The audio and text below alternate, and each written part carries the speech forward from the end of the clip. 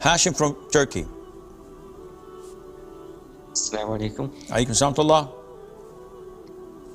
Is it permissible for a boy at school to sit next to a girl if there are no other seats available and he has no other choice, but he doesn't interact with the other person?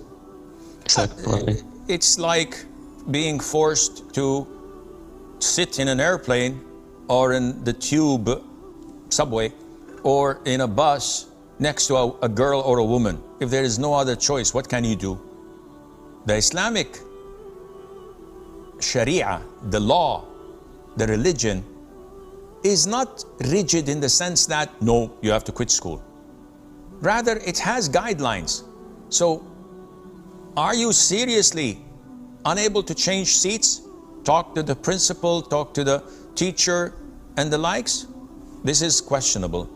If you're unable to change your position or seating arrangements, the Islamic guidelines tells you, keep your lower gazed, don't interact, don't chit-chat, don't become friends, and life goes on.